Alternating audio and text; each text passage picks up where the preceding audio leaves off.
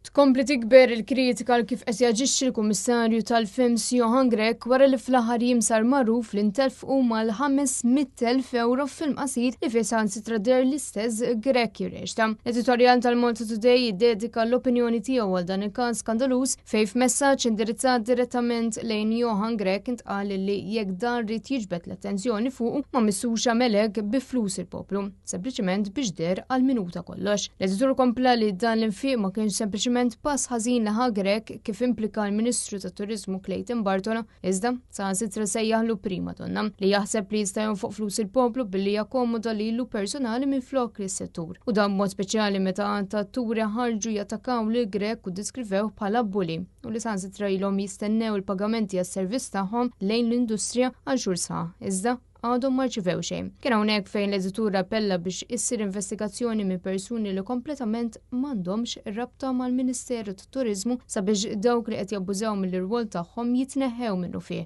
L-editorjal jagħlaq billi jgħid li forsi wasal iż-żmien biex naraw tibdil drastiku fl-ogħla tmexxija.